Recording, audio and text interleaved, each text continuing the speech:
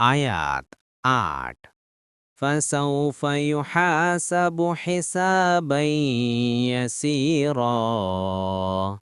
অনুবাদ তার হিসাব নিকেশ সহজে নেয়া হবে ১ তাফসীর ১ নং ফুটনোটের বিবরণ এতে মুমিনদের অবস্থা বর্ণনা করা হয়েছে যে তাদের আমলনামা ডান হাতে আসবে এবং তাদের সহজ হিসাব নিয়ে জান্নাতের সুসংবাদ দান করা হবে তারা তাদের পরিবার পরিজনের কাছে হৃষ্টচিত্তে ফিরে যাবে তার হিসেব নেয়ার ব্যাপারে কড়াকড়ি করা হবে না তাকে জিজ্ঞেস করা হবে না অমুক অমুক কাজ তুমি কেন করেছিলে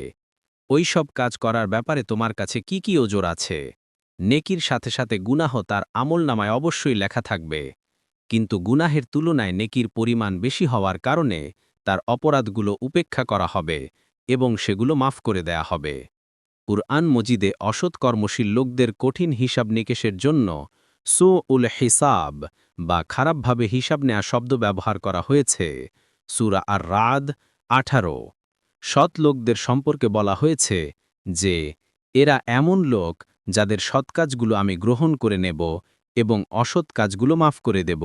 সূরা আল আহকাফ ১৬ আয়েশা রাদিয়াল্লাহু আনহা রাসূলুল্লাহ সাল্লাল্লাহু আলাইহি ওয়াসাল্লাম থেকে বর্ণনা করেন তিনি বলেন কিয়ামতের দিন যার হিসাব নেওয়া হবে সে আযাব থেকে রক্ষা পাবে না এ কথা শুনে আয়েশা রাদিয়াল্লাহু আনহা প্রশ্ন করলেন কুরআনে কি فسوف يحاسب حسابا يسيرا বলা হয়নি রাসূলুল্লাহ সাল্লাল্লাহু আলাইহি ওয়াসাল্লাম বললেন এই আয়াতে যাকে সহজ হিসাব বলা হয়েছে সেটা প্রকৃতপক্ষে পরিপূর্ণ হিসাব নয় বরং কেবল আল্লাহ রব্বুল আলামিনের সামনে পেশ করা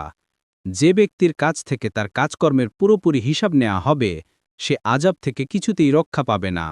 বুখারী ৪৯৩৯ মুসলিম ২৮৭৬